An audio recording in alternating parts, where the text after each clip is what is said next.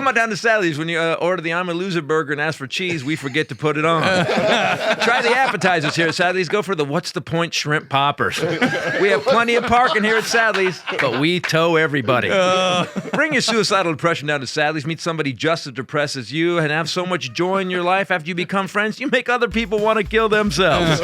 Sadly's, a great place to hang.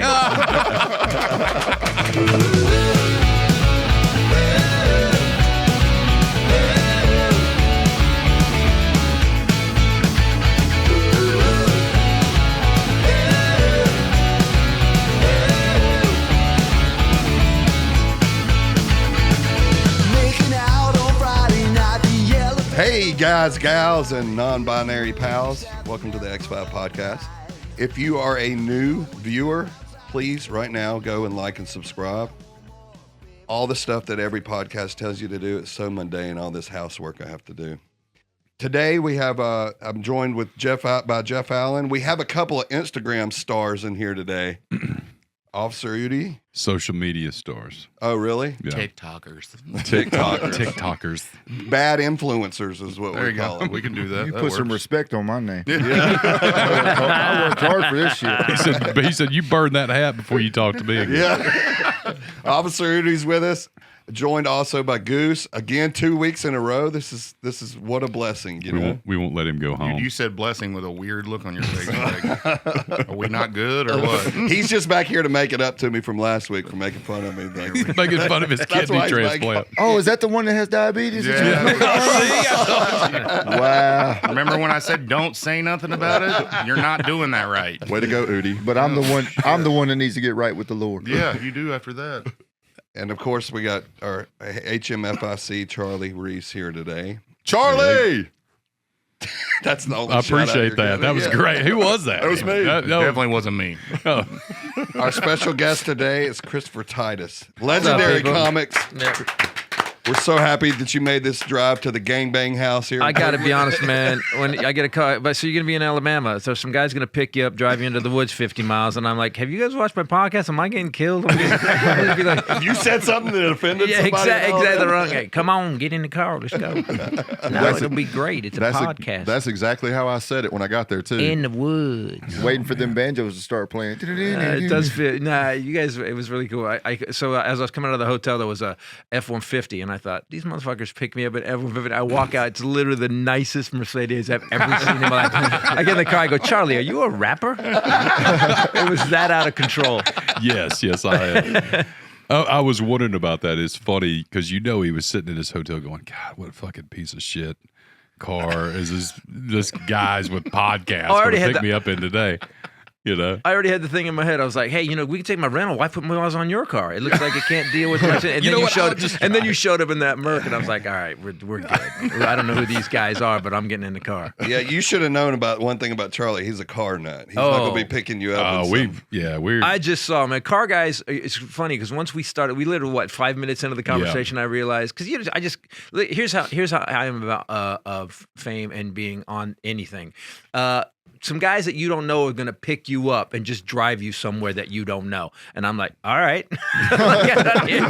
Works for me. I was not taught well as a child. No stranger danger at all. He's getting into any van that offers him a lollipop. I swear to God, I swear on my life, I almost drove the van down there to pick you up to be funny. Oh, bro. And I was like, I better not. And open up the back, make him get in the very back of it. You got that pussy hound van that from the 70s. That my God, I looked at it. It's in it's shop, and I just thought my dad bang someone in this van. My father, it's fuzzy shag carpet. It's amazing. If you'd have picked me up, I thought it was cool. It's got a sink in it. He's not wrong. It's got a sink. Why does it have a sink? I was going to ask about that. To wash your dick off, man. What do you think? It's in the back. It's in the back. That's exactly what it's for. Yeah. So that couch really folds into a bed. Right. And then you've got a little mini fridge. It's the tiniest mini fridge in that thing, dude. Yeah. It's like this big. You could get like a 6-pack in it. Can you wash maybe. herpes off? Is that possible? I don't know, but that's It I smells feel like somebody in I here mean, knows the answer to that question. They didn't totally restore it because it does smell like herpes. It does a little bro. bit. It does a Yeah. little bit. He's not joking though. We were sitting out there getting ready to pull out, and he was like, You think we should pull in and get the van? Let's go get him in the van. No, that would have been amazing. He would walk out and say, like, guys, I appreciate it. Right. It's gonna be a hard pass for me. I've got diarrhea today. I'm sorry, I can't make it. The only thing that would have made that better is have Goose with his shirt off in the back eating chips. Come out. Eating a bag Come of out. onions. You get to sit beside me. And here's the thing, I still would have went. Again, I was not raised well. Oh, jeez. Come on in, Chris. I'm a big fan. All right, is this what we're doing? Okay. And just to clear up any confusion, Charlie is not a rapper. He's a street pharmaceutical salesman. Oh, no, definitely not anymore. I'm retired. So it wasn't the communication construction thing you were talking about. Yeah. I didn't know that was code. Nice. You're like man. the Buford Pusser of this part of Alabama. It's code for fentanyl dealer. Oh, man. All right. Jeez. It's just gotten weird already. Yeah, it's getting awkward. We're early in and All it got right. awkward. So, yeah, man. I'm touring the country doing my new show, Carrying Monsters, to whore that right up. And, just to let me start whoring shit right now. I want you to know that this show's the darkest thing ever. I took it to Scotland, man, because I did the Fringe Festival. I got invited. And, it's Scotland, right? So I'm like, it's on the fringe, right? You're on the edge. Yeah. And you don't realize how far out we are in America compared to the rest of the world. Because I did the show, and the Scots would laugh, and then they'd go, Jesus Christ. You can hear it. There's a bit about my sister's suicide in this show that and I get a laugh at the end of it, and it's a comic triple backflip, and I'm pretty proud of that. But the audience is like, Jesus Christ, even in America. You don't realize how screwed up we are as a society until you go to another country and realize they're quite normal. And they're like, come on, man, yeah. And then my mom shot who? All right, cool. Yeah. We were talking about that last week. There's rednecks in every section of this country. Yep, bro. Hell and yeah. That's the great part about us. Like we come in shapes, sizes, flavors. Like you never know which kind of redneck you're gonna get. Yeah, well, you definitely come in a unique shape. That's for sure. I gotta talk, man. My manager, and we're gonna talk to some people. And I said this earlier, and like he gave me such a hard time because like I have a very dark sense of humor too. So we're sitting over there talking in there, and I asked him a legitimate question, and I said, "Can you clap cheeks in heaven?" And he took so offense to that. He's like, "You can't tell." Clap cheeks He said, in "You heaven, can't ask bro." Jesus that." I said, "I feel like God's got a decent sense of humor. He made you, so like I feel like." Dude, so Titus was telling me on the way up here, his new podcast. It's probably the coolest freaking topic of a podcast I've ever heard of. It's the one thing we all go through. Yeah, Death. Tell them about that. So my wife, who's also a comedian, took her mom through caregiving through pancreatic cancer. Her entire show's about it. So I live with a woman that's just as dark as me. Like, cancer, that's funny. And so she, and then we took her grandmother through it. And I sat there with her grandmother, which my grandma Titus. How do I describe Grandma Titus? My real grandma. So this is her grandma I'm talking about. My Grandma Titus was a grandma with absolutely no hugs, and the bitch didn't bake cookies either. She was like, if you hug Grandma Titus, she turned into a board and would go, and it was almost like it burns. But she never said that, but it was implied. She was never loved as a child. So, right. So I didn't have depression, and she born in the Depression. My grandfather used to hang out with Slim Pickens, and there's a story of my grandmother that you're hanging up at the Delta in Northern California, and there's a story where Slim Pickens brought my grandpa home drunk at 2 a.m, and my grandma beat the shit out of him with a broom. Oh, Yeah. So she was not into the fun. So Yeah. that was like that was how do you beat up Slim Pickens? Anyway. Holy So shit. Give him something to write a song. Yeah, bro. So here's what happened. So I didn't really have a grandma. So my new wife's grandmother has been the sweetest person ever. And we got to sit when she passed. She was 89, and it was time. We're like, TikTok, grandma, come on. And we were sitting in the and the whole family came over, and I was playing guitar for her because there was a song she liked, and she just died in front of us in the chair. It was over like 12 hours. And I was talking to my wife. I'm like, this is like, it was such an interesting thing to watch it happen, not be afraid of it. Because the one thing that's going to happen, we're all going to die. Yeah. And none of us want it to happen. We don't know what's going to happen on the V side of it, except for the cheek clapping thing that you were talking about, maybe. That's happening, buddy. Come on, Jesus, come over. I I got a question. Worse, bro. Yeah. Damn. He's just going, you're going to embarrass Jesus. You can't embarrass Jesus. So, So here's what happens is that she goes, I'd like to do a podcast to make people feel better about either their relatives dying or them dying. And so we started having we've had we had this neurosurgeon on who was like a brain scientist, and then he had this coma, and then he wrote a book called There Is Heaven. And for 6 days he went through on this journey to wherever he was, man, and he was a neuroscientist. So wow. So anyway, it's called Knock 'Em Dead, and we basically make death funny. I'm telling you, dude, you have to. I got suicides rampant in my family. Yeah, and it's like that's the way some people deal with it, and a lot of people deal with it that way. Well, here's America. It's an epidemic in America. 47,000 people a year commit suicide in America. It is. You know, and people kill themselves because they feel all alone. But what those people didn't know is they had 46,999 friends that shared their common interests. Yeah, That's true. They just couldn't find them. Yeah, we could stop suicide if we could just get suicidal people to meet. Yeah, that's true. I think we need a place where suicidal people can hang out. Like it'd be Woodstock, but every No. Like I mean like a theme restaurant, a chain of theme restaurants. You got the money. You could. We'll just call them Sadlies. No, sadly. welcome to depression. Here's what's on the menu today. Yeah. No, it's come on down to Sadlies. When you order the I'm a Loser burger and ask for cheese, we forget to put it on. Try the appetizers here at Sadlies. Go for the What's the Point shrimp poppers. We have plenty of parking here at Sadlies, but we tow everybody.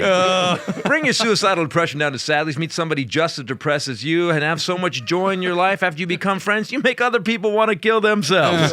Sadlies, a great place to hang. Thanks for letting me drop in the material. Sorry, I was about to say. Yeah, you could hear more of that. Yeah, he's like, yeah, motherfucker's not riffing that. He wrote that. He's like, wait a minute. But it's funny because that bit, I talk about my sister's suicide. I do that bit, and the bit of my sister's suicide is way darker. And what happens is, like, I call it hate clapping. There's a point where they can't deny it's well written. Right. So I get done, and then they're like, God damn, they're just slowly clapping. You're like, acknowledge that was hard to write, but stop doing that now. So. Do you see people walk out on some of those bits? I've had, it's weird. I made this decision a long time ago because I used to do comedy. Like, you ever notice when you go to the store? And then I started to hate myself. And in 1995, I wrote Norman Rockwell's Bleeding. And I thought, this is not going to work. And if it doesn't work, I'm opening a body shop. That's why I love the car, And so I started doing comedy for real, like I meant it, and I didn't give a shit what people think. It's got to be funny first. Yeah. I don't want to be one of those guys that just rants and says what he wants and thinks he can stand it. I still have to be funny every sentence. Yeah. Yep. But I started like Arm the Children. I've done bits about, I'm Whitey and I Apologize, which originally started as a bit because everybody's blaming white people for everything. And I was like, well, okay, it's me. I'll just take it. Let's just get over it. Yeah. I did it all. I started racism. I created slavery. And then and that's what the bit started as. But what it ended up turning into, as I was writing the bit and researching it, I realized, we did fuck some shit up. We really, as white people, we really did some, and it goes all the way back to, I go through slavery, I go through everything, and the Indians, and then I go to, and when it gets to Japan, I go, and to the Japanese, oh man, you started that. Sorry. I'm not taking that one. Yeah, I'm not taking that one. But and so I started writing real comedy. So I think that the best as we were talking about cancel culture. Yeah. There is no cancel culture. You called it consequence culture. That's exactly what it is. Yep. I can lead an audience down any path. There's a bit, the setup to the joke for my sister's suicide. I'm just gonna do the setup. She sat at the end of the bed, put the gun in her mouth, and blew her brains all over the headboard. That's the setup. So there's a way to go with that where I could piss everybody in the audience off, but I get out with a laugh, and I'm not going to tell you how you have to come to the show. Yeah. You're not getting nothing for free. But there's so many comics that just think talking shit is funny, and then they get mad when people go, that's not funny. Yeah. Oh, you use cancel culture. No, man, you're just not good at your job. Yeah, I do open mics, man. I'm telling you, it's a lot of venting. Yeah. A lot of people getting up on the mic, not even trying to be funny, just venting. David's getting his hours in, so he's doing comedy and trying to getting a lot Good, man. of reps. By the way, anybody who has the balls to get on stage, and do you really realize how insane you have to be a stand-up comedian? Yeah. Almost all of them are crazy. But let's go through the mental. You have to believe you're going to walk into a room of total strangers, be the most charismatic, funniest, most likable, best friend they've ever met, and you're going to make them laugh every 10 seconds. Yeah. Yep. That's serial killer level crazy. I agree. That's right, insane. though, I'm developing a bit about it you right could now. do it. You could do it. Just I've done hanging it. out with you. How long did you do stand up? I did what 2 years of shows. Yep. Yeah, we did shows. See, some people treat it like it's a jail sentence. I did 2 years. I did 2 years of bullshit. People yelling at me. You're exactly right. It's one of those things like you have to go in there with the mindset. It's like I'm about to be the baddest motherfucker on the stage. Yeah. And like regardless of what happens, and Yeah. I've told all of them, I was like, I never went into it with the understanding like I'm not everybody's cup of tea, and I'm okay with that. Like at the end of the day, like I know I wrote a good joke, or I know that I made the audience laugh. Like if you're mad, just be fucking mad. I don't know what to tell you. And I tell people all the time, like, you're going to get canceled. I'm like, you can't cancel a person. You can't cancel a person. Exactly. Well, here's the funny thing is that to get to your question, that just took me in half an hour to answer. You're doing Damn, great. right? You're doing great, man. And maybe we don't want someone on the podcast that doesn't shut up. It's a dialogue, not a monologue, dipshit. So if I make 2 people walk a show, or 5 people, 6 people walk a week, I'm not doing my job. I'm not banging up against it. You want to bang up against? Look, my job is not to piss people off. I want to make money, make a living, and I want to be really good at this. Carlin was like this. Carlin, man. Every time someone walk that line. Anytime someone goes, man, I'm being edgy. You should just tell them, no. Go watch You Are All Diseased by George Carlin. Yes. That's you know, where it's smart, and I think we've lost that. The problem with comedy is there's a new generation of idiots every 10 years that haven't heard the dick jokes, haven't heard the farting jokes, and they're like, this is brilliant. And then they kind of, if they stay in comedy, they go, I've heard this before. You know? Yeah, this premise is kind That's what's funny. Some of these guys that have blown up on TikTok as comics, not you guys, hilarious. I knew that's what you were going to say. He said, "Not you guys." You guys are fucking cool. There's some guys that have blown up, and they didn't last very long. And what happens is that they blew up, and I watch them and I go, because when I hear someone's really hot, I go, let me see what they do. I'm like, remember, I'm 40 years into this. I started as a fetus, man. Yeah. So I'll go watch them, and I'm like, we did this exact same shit in 1986. Yeah. And why are you because the comedy audience flips over, turns over. Yeah. So if you can, man, if you're gonna get into comedy, you're 18, 19, go watch Carlin, go watch Greg Giraldo, go watch guys that actually. God, Giraldo. To this day, man, that was a sad one for me. Losing Giraldo was sad, but you know, I'm gonna be that guy that's just gonna. I'm like a ditch digger of comedy. I just have 10 special. Let's do another one. Let's do another one. I just keep going. That's one thing you don't realize though, dude. Like as you're talking about cancel culture and you making people walk and stuff like that. We need. Hold on 1 second. Your face is so serious right now. Well, I'm like, it's the truth. Like, Go ahead. You are an inspiration as far as we're so scared, like anymore. Like, as to, well, I'm going to get canceled if I say this or if I say this. Be yourself, bro. Like, toe that line. Exactly. Everyone's so scared to say anything anymore because, like, it's gone. Like, and we were talking on the way in. Yeah. You own it. If you own it. Yeah. If someone, listen, because I've had this happen. When I first started doing Norman Rockwell's Bleeding, I went to this anger thing because I was trying to be everybody's best friend. I was like, you ever notice when we do it and buy stuff and you like me? And then I got to this place where I call it growing a tumor on my soul. I was just like I would get on stage and I would see the bit that I'd done 1,000 times coming towards me. Like, and I'm like, God, I hate this bit. I don't want to do this bit. Blah, blah, blah, blah, blah. And I become a robot and do it. I started to really start to hate what I was doing. And that's not why I started doing stand-up. And so I threw it all out one night. And I just wrote this bit called "We Need Comedy to Get Rid of Our Desire to Kill."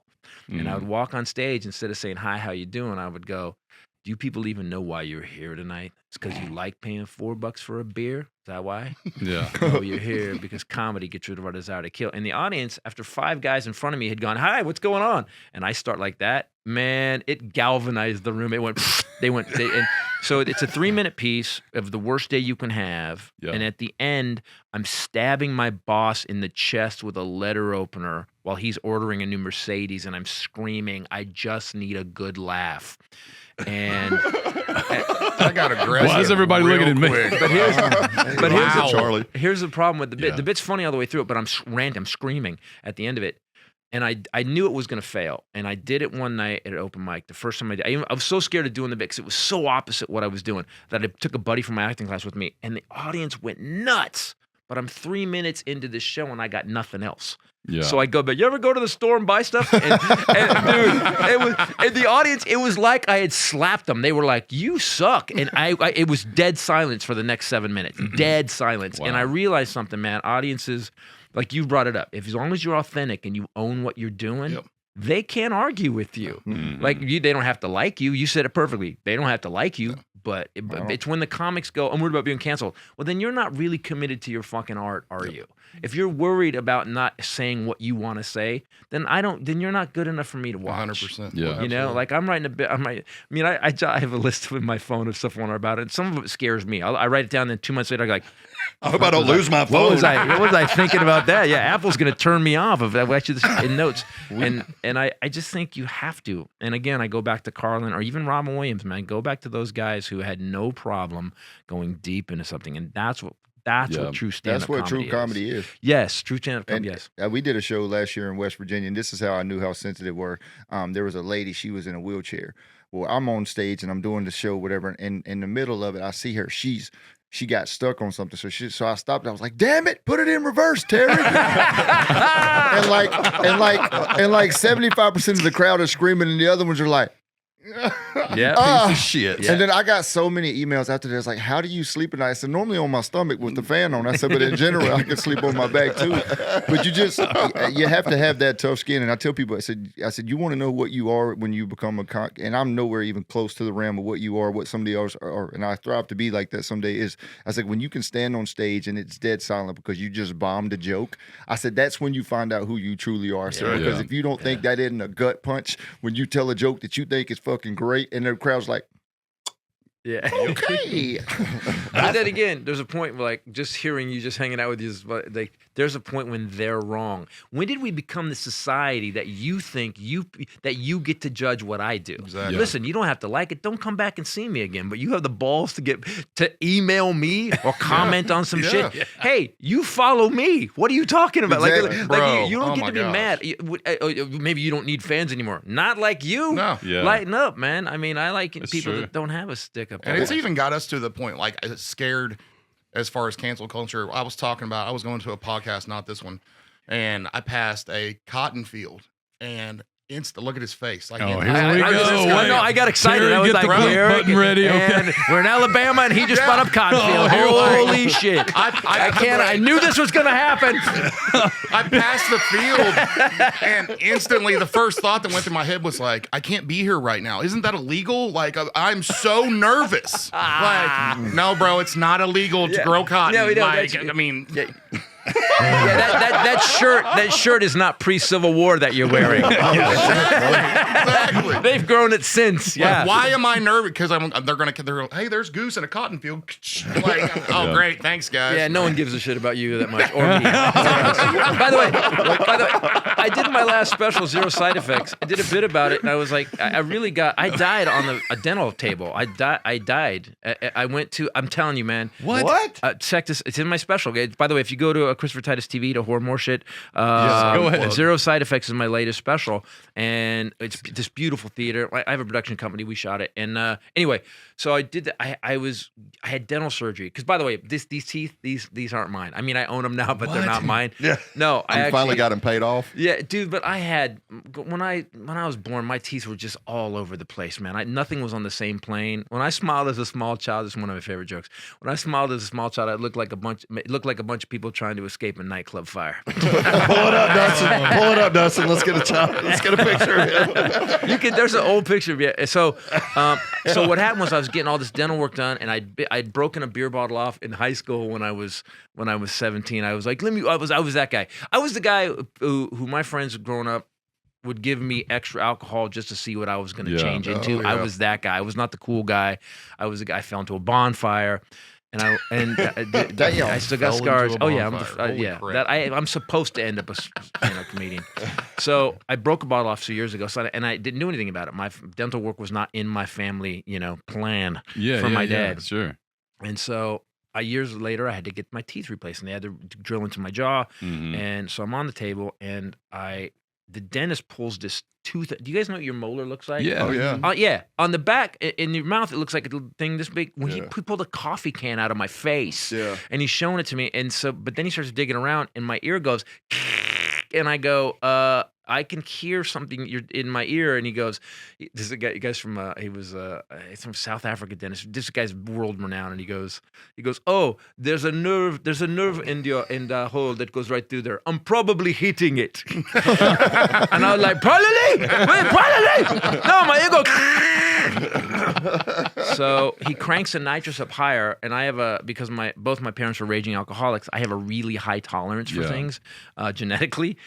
And next thing I know, I'm out and I'm behind them. And seeing me on the table, and I floated through the ceiling of the building, and I went into outer space. I'm not kidding, dude. This is the most clearest thing I can remember in my life. And I'm looking around, and I see the Earth in the distance, and I was like, "That's a cute little Earth." And then I looked around, and I realized, as important as we think we are, We ain't shit. we ain't Yeah. shit. That's right. We're an amoeba in Yeah. the universe. No one's gonna care if I die. No one's gonna care if and it was weird. You think that would be a sad thing to hear? It was so freeing. Wow. Because I don't give a shit now. I'm like, drive to Alabama and do a podcast? Hell, I'm in. Let's go. I don't care. No one's gonna care if I disappear anyway. So let's go. So what you're saying is you have to have a mental disability to be a comedian. 100%. Speaking of outer space, stalking your Wikipedia. Oh no. Oh, And you know where this man. question's I going. don't know. Tell me. This is frightening. I was looking at your credits and everything. Yep.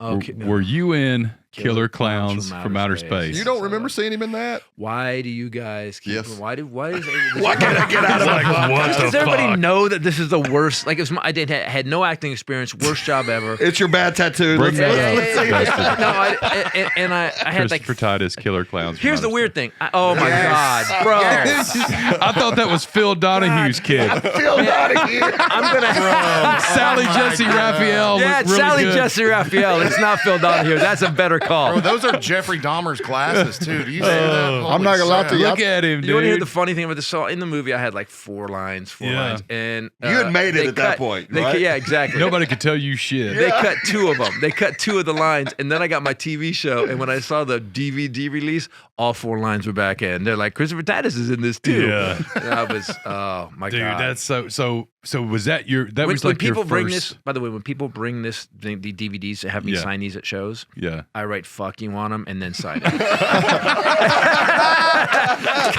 And they're like, "That's hilarious." I'm like, "Yeah, no, I mean No, but that. I mean I'm not it. that I'm serious. Fuck you. The guys, we throw. I'm a huge Prince fan. We throw a Prince party every year cool, at the house, man. and the guy, the Chiodo brothers, who did this movie years ago with me, came to the party last year. Yeah, they didn't give me a big enough part in the movie. That's super cool. I'm bringing that picture to a show, and I'm like, I thought I was here to see Ellen DeGeneres. Perfect. Perfect. That's me at 19. I'm 19. You were killing it though. You know, look, you were like, What are you doing in Oh, that you picture? get that's the 80s, man. That was a good look. yeah, that was killing it right there. That's a good look. What were those? What was those glasses? Who made those glasses? It looks like Dahmer's look-alike. It really Dahmer, does. It like- really is that when they cut to the guy who killed, this guy killed 15 bodies, and you cut to that face. That's exactly I love the it. beer can. It's just beer. Were those, Yeah, it just says You know, were those your red glasses or were those props? No, the props. No, I don't have glasses. It's funny because at that time, so I show up to set. It's my first acting job ever, right? Right.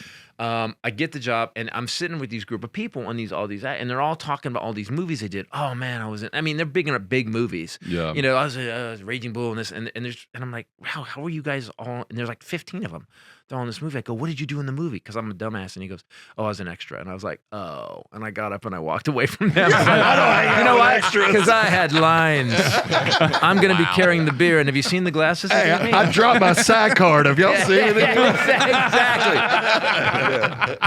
Oh, you guys don't know what it looks like, so I'll find it. Oh, no. That's it, buddy. No. That's it, buddy. Holy shit. Hey, bring that back up right there.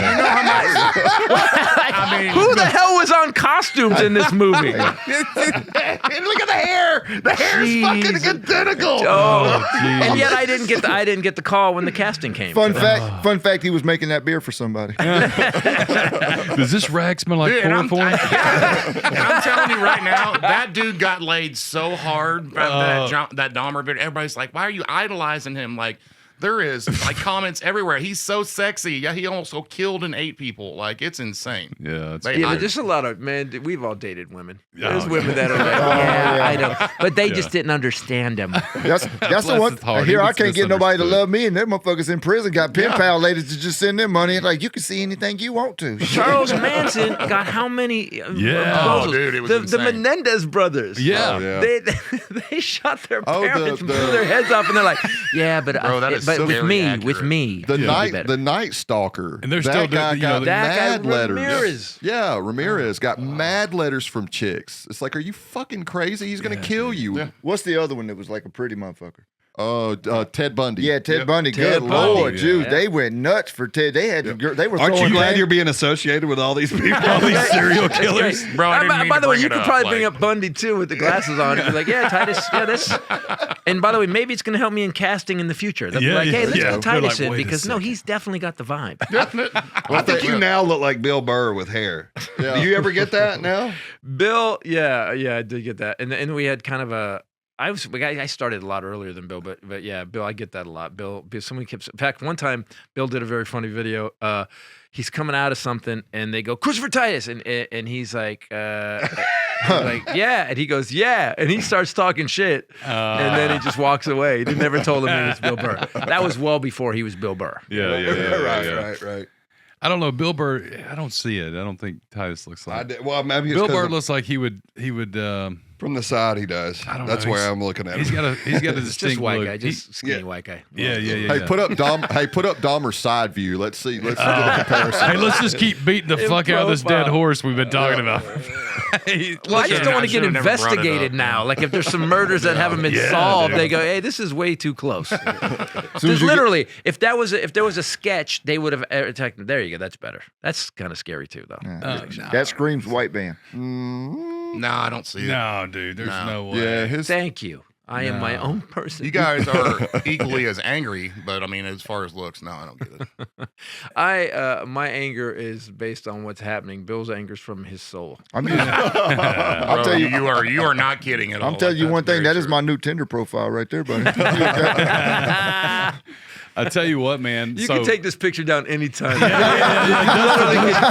back there just Stop. I don't like looking at me when I'm home. I don't want to look at it. Dustin back there. Sometimes he didn't take the social cues. It's like, okay, all right. Dude, it was so cool though.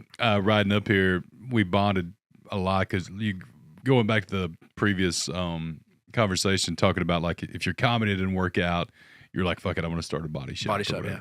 So it's so cool. So love for cars, love for automobiles. Well, my Where dad. did that start? My dad, 9 years old, he would just buy. He would buy whatever was wrecked. So he sold fiberglass equipment. Drove around California, Yeah. and always had road beer in the car. Do you guys Oh, my yes. dads have road Yeah. beer? See, I didn't know that wasn't a real thing till I was like. That's 10 the years best old. thing ever. Yeah, but it's not a real thing. So, and "What's but he road called beer?" it road beer. My dad had a cooler in his car all the time. A family trip. Ice chest full of cold beer. We drank hot Coke. That's how that went down. So he was always finding in the back of these fiberglass shops old boats. Like our first boat was a ski boat, 455 Oldsmobile, but it had been chopped up and stolen. It was a insurance recover, and it was in 3 pieces. And he brought 3 pieces of a boat home, fiberglassed it all back together. Then put his family in it. We learned to ski in that shit. And so he found a TR3, and so I was. So he had this Triumph TR3. Oh, Triumph, And he put my brother David and I on it, and he's like, after school for 2 hours, you guys got to scrape paint up this thing. And he gave this chemical called Jasco, which you painted on the car, and it would bubble the paint up, and it would dissolve the paint. And part of my little sister, let's be honest, she should have been out there with us. and the skin off your fingers. Dude, we would do this every day. We had to come home from school and we had to start scraping the paint off this car, and had 4 or 5 layers of paint on it. And I was like, at one point, I was like, man, I'm going to move to Mexico and get a good job. This sucks. And so I've been doing that since I was a kid, and always. In fact, when I was 16, that car was all restored beautifully. My dad let me drive it on my birthday to school. And it didn't have synchros in first and second gear, oh my which no God. one had explained synchros to me. Yeah. And I got to take Judy Thompson. She was a model in our school. Well, she did the local Sears catalog, the local ads. So she was a model. Yeah. And I got to take her to her ROP class, or Resource Occupational Program class. And I'm like, yeah. And I got this cool TR3. And I'm like, Mwah! and I just blew out the second gear. And the car's going ding, ding, ding, ding, ding, ding, ding, ding, ding. And she's like, is it supposed to make that noise? Yeah, it's supposed to make that noise. So I drop her off. I get the car home. I park in the driveway. And then here's 16-year-old dumbass. I write my dad a note. Dad, the car's making a weird noise. What did you do to it? That's what I was working at McDonald's at the time. I was a grill guy at McDonald's. That's right. How good was I? 18 max, 3 minutes, 12 seconds. That's what I'm saying. Where do you go after that, man? I took off my paper hat and I walked the fuck out. So here's what happens. I'm back. I'm cooking Max, and this is the day I blew the car out. And I look up, and one of this manager, glasses, he looked like that character. Yeah, yeah. He go, Wilson was his name? Well, anyway, he goes, hey, your dad's here. Your dad's here. And my dad, I walk out. My dad, I didn't go all the way out. I went where they put the things of the between the, because I didn't. He was out there and I knew I was in trouble. Yeah. I didn't want to walk to the counter where You're he looking could through the reach me. burgers. Yeah, my dad was 6'4". He hit a long reach, and I look over where the burgers are, and my dad's got his fist. He's leaning on the counter with his fists, and he just does this thing with his fingers. Oh, no, dude. And I was like, nope. Hell I go, Dad, I'm no. busy. I'm working. He goes, I will see you at home. I get home.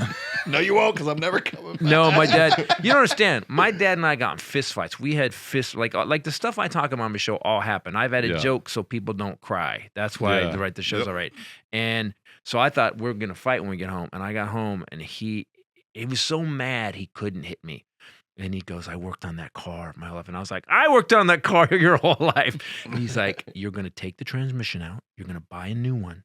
You're going to put it in yourself until it works. So he made me, at the time I had no money. The only place that had a TR3 transmission was like in Maryland, and I was living in California. Yeah. So I had to pay for the tranny. It was more to ship it than the tranny cost. They're rare.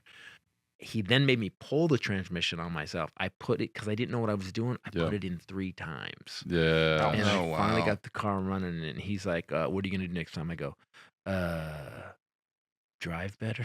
like I didn't know what to say, but he made me. But that's the kind of dad I was raised with, and that's why I have like this real. Like we were talking about people that get fame or they get any kind of money and they go crazy. Yeah. Because they think that they can act like that now. And I was raised by a guy that never let you get any bigger than you were. He never let you get any bigger, and much to my therapist's joy. For years. But my therapist was a guy who, you remember the Menendez brothers? Yeah. Dr. Jerry Oziel, my therapist, I went to 3 sessions with the guy, and this is the only therapy I've ever had. 3 sessions with this dude, because I was really when I moved to LA, I was having trouble. And this guy I would tell him these horror stories from my life, and he would go, interesting. What do you think? And I remember thinking, I'm paying you $150 an hour. Yeah. What do you think? Yeah. What other job do you go to where they go, yeah, you do that. I'd like you to detail my car. Okay, here's a rag. What? Yeah. And so we found out later that guy was had 3 mistresses, and the reason the Menendez boys got busted was because he had 3 mistresses on top of his wife, and it told all 3 of them what they had told him in session. And he said, you can't tell anybody because if they find out, they'll kill you too. And he got his license pulled. That guy was my touchdown. That guy was my guy. Oh, that was wow. my guy. Yeah, man. I can see how it helped. I can see how it helped for sure. Right? You're cured, man. I got it right. Great job. Oh my God. Jesus. So yeah, you guys can keep asking me questions. I'll keep talking. God damn it. So by the way, you guys blew up. So here's the thing. So I always we always want success, right? Right. And you guys did. Like you guys blew up in a medium right now that the old school media doesn't understand at all. Not like even that, a little bit. and that's why the writer strike and the actor strike's going on, right? Because they don't understand it, but they know they can make money on it, but they don't want to pay everybody. How did you guys do what you did that with so many million followers? How did you guys work that out? Besides being hilarious and attractive. I know. You say unattractive or No, he said attractive looking at me. man? It's Exactly. just I'm a storyteller, and that's I said. Did you just say that out loud? Really? It felt It's really because good. I'm a I'm a storyteller. Oh, Aesop's I've got 9 Fables comedy over here. specials, motherfucker. I'm a storyteller. I mean, Well, I Never- just tell stories. I shouldn't have let him go first. I shouldn't have let him go first. sound like that. You take this one. Eudy, you take it, and then you think for a minute. Goose, you think on it. You for think you just 5 think minutes. No, like 2.5 years ago, I was in full-time law enforcement. And, Really? Yeah, full-time law enforcement. And my buddy calls me and he's like, "Bro, He's like, have you heard of TikTok? Because I had never done Vine or anything else like that. I'm like, yeah, bro. I mean, I guess I've seen it. He's like, bro, he said, we're always fucking cracking jokes and telling. He's like, why? And it was such a bad time in the country with law enforcement and where everything was, where it was like such a bad life. He was like, well, just don't. So I literally just jumped on there and just started telling like interaction stories that I have. And one of the biggest stories was like the time that I've been the worst scared of my entire fucking life. It's back in, I think it was 2007 or 2017 when the clowns were coming out of the fucking woods and scaring people. Oh, God, I remember this. Yeah. So I get called out. He was in that movie. I get called out. Yes. He was. I got no residuals from that. You got to fucking write them a check every time they play it on TV. So I get called out to this residential neighbor. It's an older lady. She's like, I keep seeing a clown coming in and out of the back of my woods, and I'm like, fuck, I hate clowns. I'm so scared of clowns. I fucking hate. Got a gun and I hate. I'm not even kidding you. I hated clowns. So I go in the woods and it is pitch black. I have my flashlight out. I have my service weapon out, and I'm giving commands. Hey, if you're out here, I need to see your hands. Well, out in my peripheral, I feel something touch me, and all I see is white and orange. I said, when I'm telling you, knees to chest through the woods for about 50 yards until finally I stopped and I said, well, damn, I'm the fucking police. I go back and there's this 17-year-old kid he is crying, laying down, just crying, laughing his ass off. I said, you almost got shot. He said, you weren't going to shoot nobody. Your ass was running.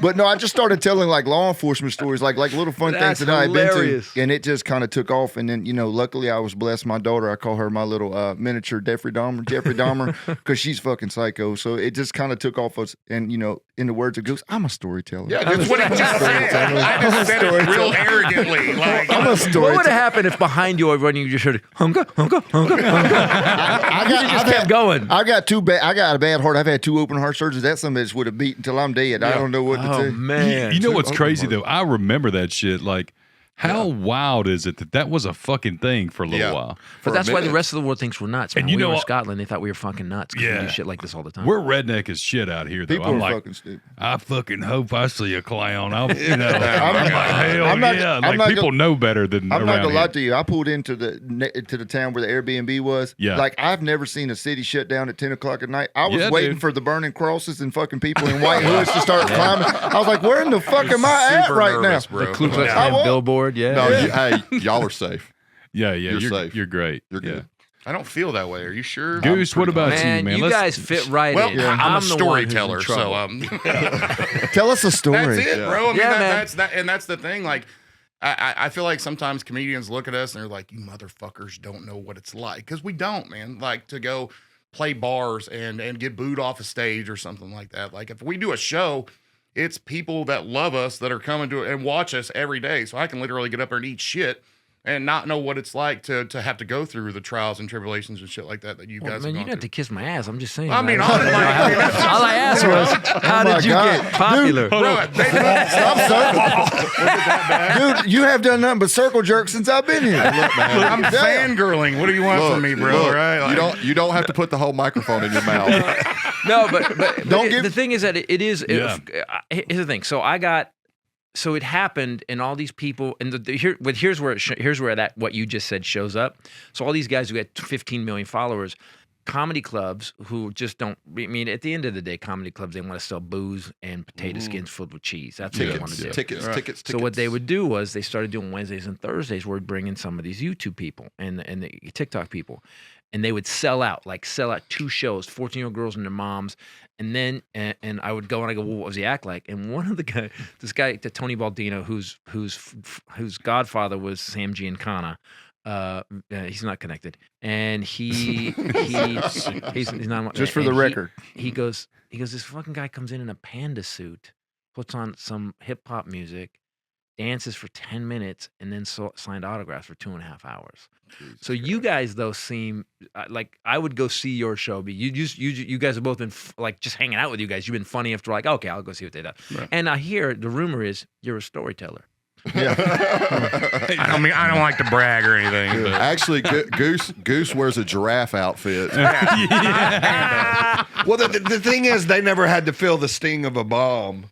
But that's Build not, their that's, audience. that's you not know? true. Yeah. That's Like- not true because I do amateur night in Charlotte at the Yep. Comedy Zone. No, I mean when And you were making videos right? on Love. No, yeah. you know, but I mean, you go back to the thing. Like, not every video hits the same way, not everything, but like, it goes back to what Goose is saying. Like, even when he could tell a story, like if he told a story about his sister, but he goes up and he's like, my sister sat on the edge of the bed, put a gun in her mouth. Yeah. So like, you have to be dramatic. You Sure, have to. sure. You Delivery. have to. Your Delivery's delivery is like everything. So like when I was doing the shows, like I was doing it with guys, and then I would do it by myself. So I wanted to challenge myself because that was like the nervous thing for me. I had never Yeah. been on stage by myself, and I was like, I didn't even tell anybody. I just went and did it. I didn't want people to come there that knew who I was. I just picked an amateur night. I said, I'm going out there. That's what I And did, like I said, yeah. for me, like.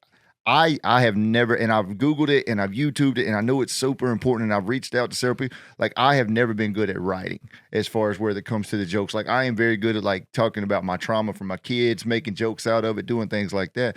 But going to amateur night, like, bro, one of the toughest things is like in your head, you have played this shit and you are fucking laughing your ass Right. off, and then you tell Oh, this I joke, know it. and then everybody in that Stings, motherfucker, don't and they're fucking slam hammered and just not.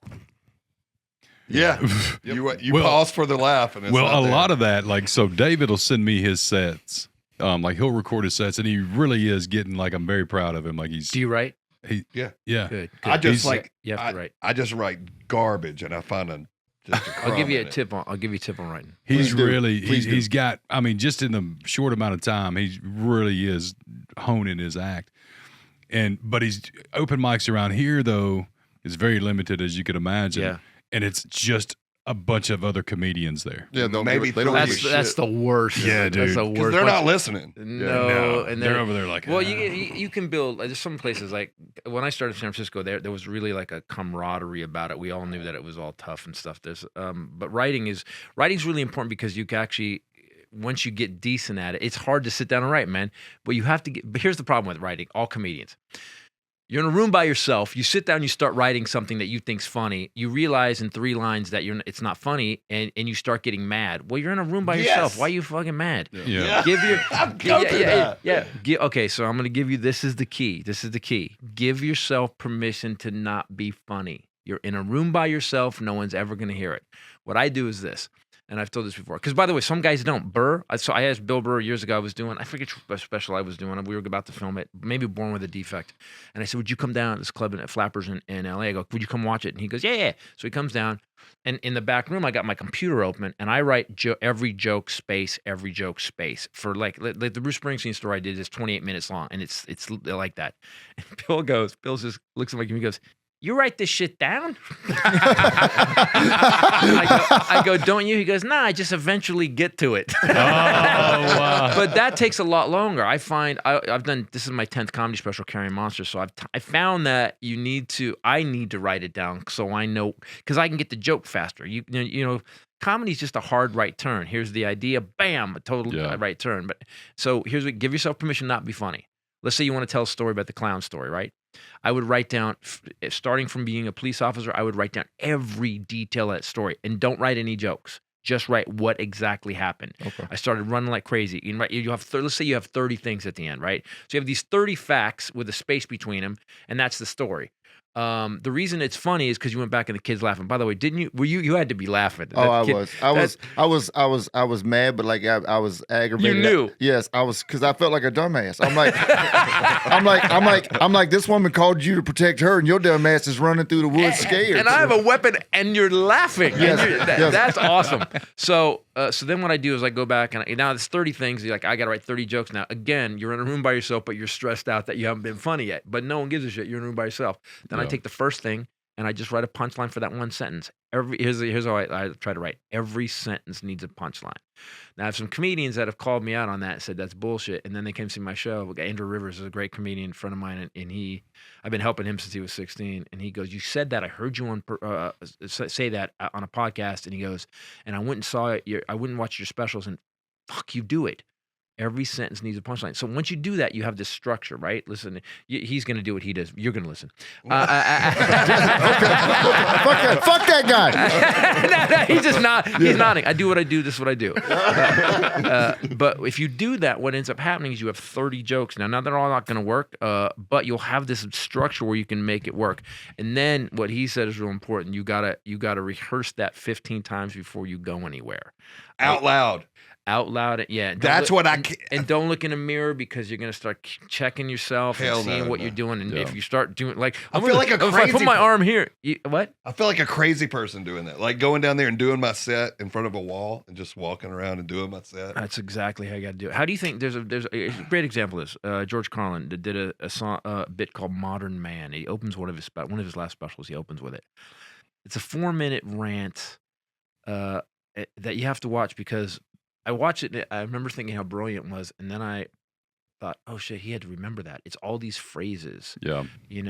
and so it's your job, man. If you want to be a comedian, it's your job. A lot of guys think I'm just gonna go up and just talk, and I'm always like, all right, I'm gonna go. See how that I'm works. gonna go in the back and watch because that's gonna be fun for me to watch.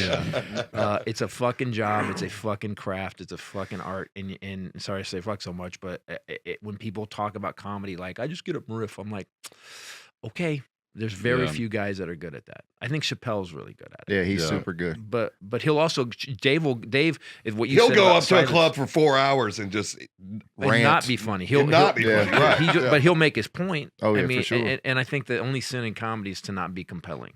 That's why when I'm writing a bit, my I didn't want to write about my sister's suicide. My wife goes, "What's your next special?" And I go, I got the beginning and the ending, and I don't know. I go. She goes, "What story can't you tell?" And I said, "I can't talk about my sister's suicide." And she goes, "Then you have to talk about your sister's suicide." Right.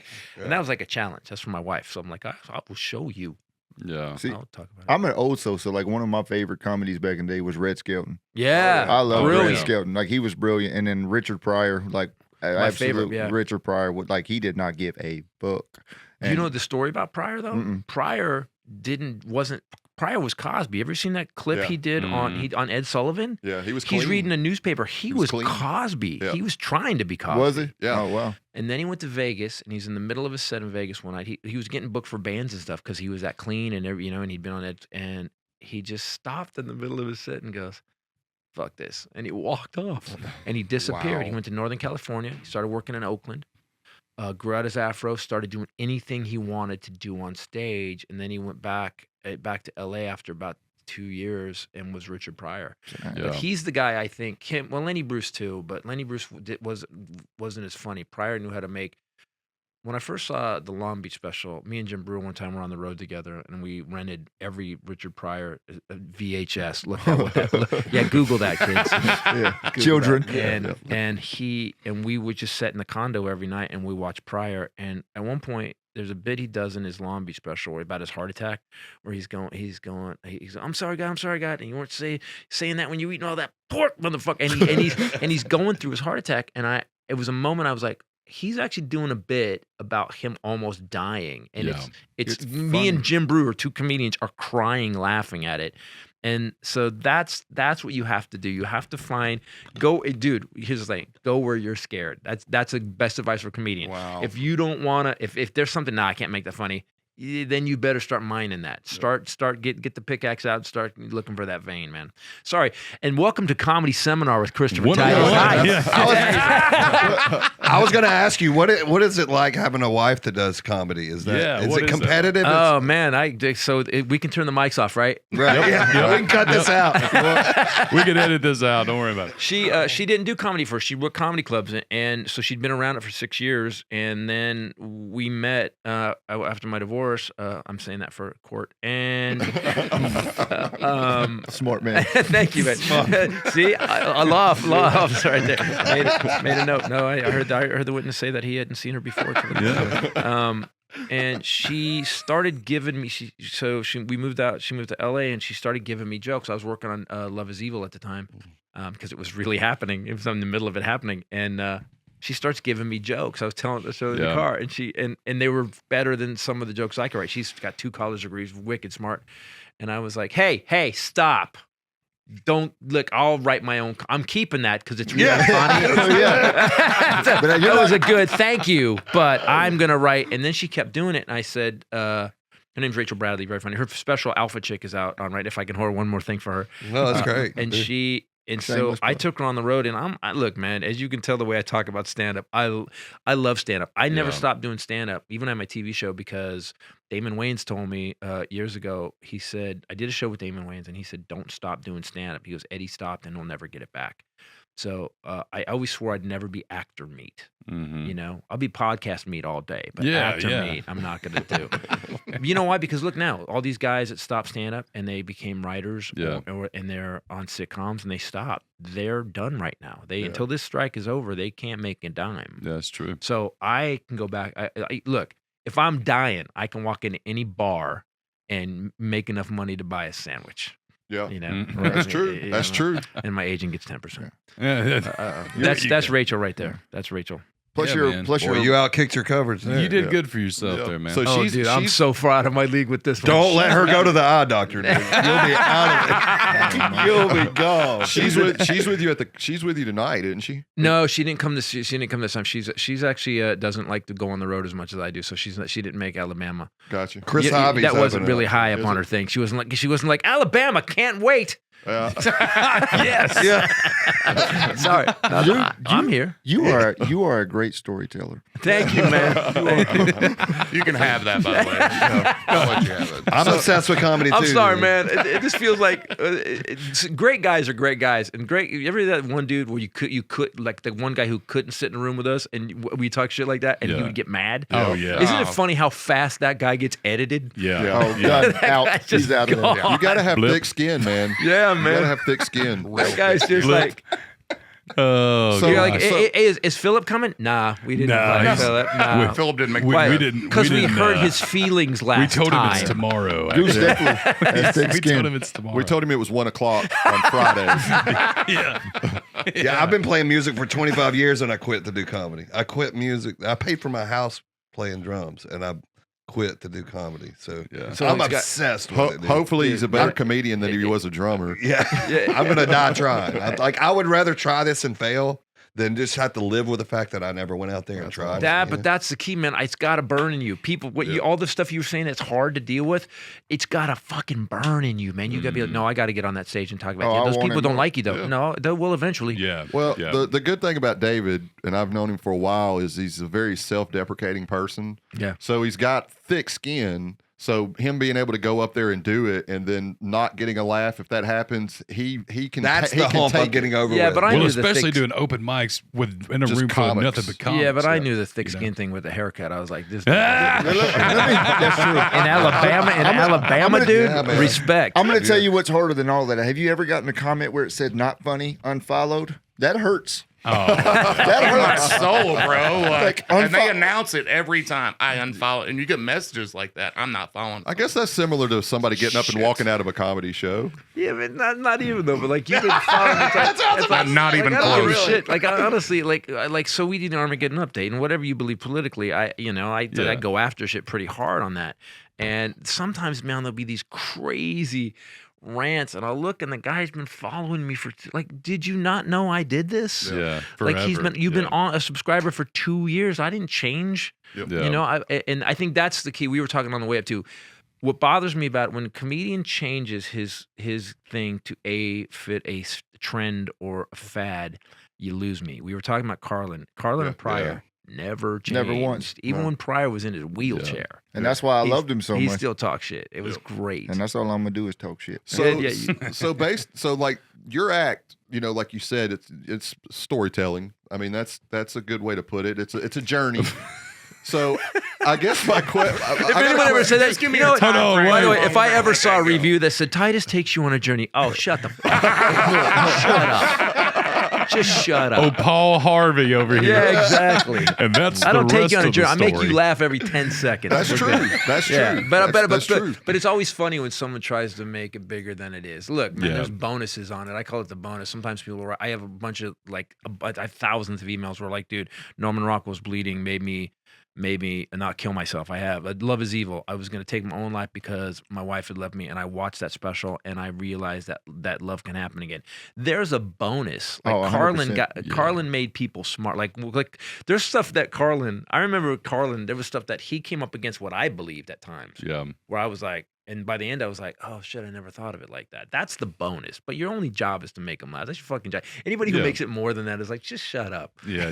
Just shut up. There's Churching again, it I'm up. okay with the bonus because that means you're writing better. Right. If you're going, I'm gonna write this thing about how my balls have dropped. Okay, whatever. God bless. Enjoy the middle spot at C rooms for the rest of your life. But if you're like, I want to write this bit about how you gave up being a drummer because your dream's more important, and it's funny, but you don't as long as you don't get sappy with it.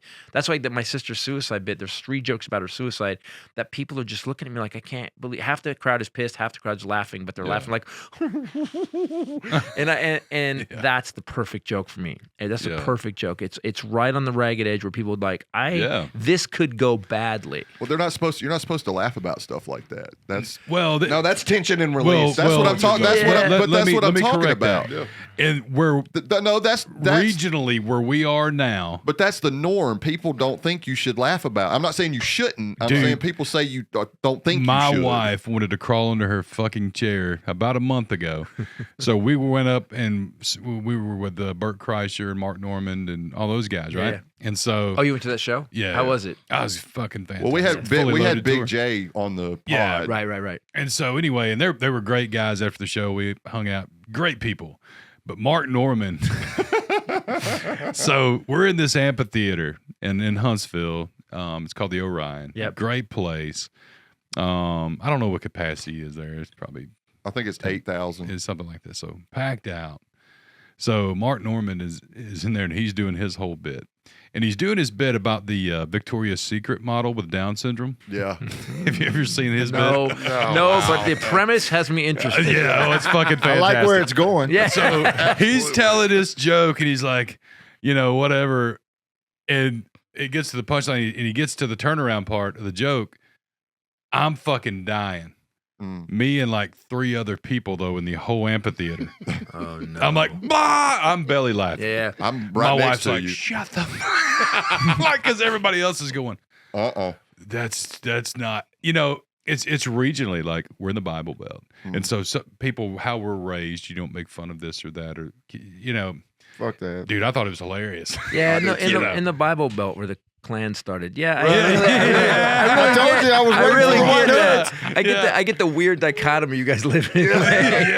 Don't do that. That's against God. So my wife's going, oh my God, stop laughing at that. I'm like, it's hilarious. That's the fucking problem with our whole society right That's now. You it, got all right these there. people like it doesn't.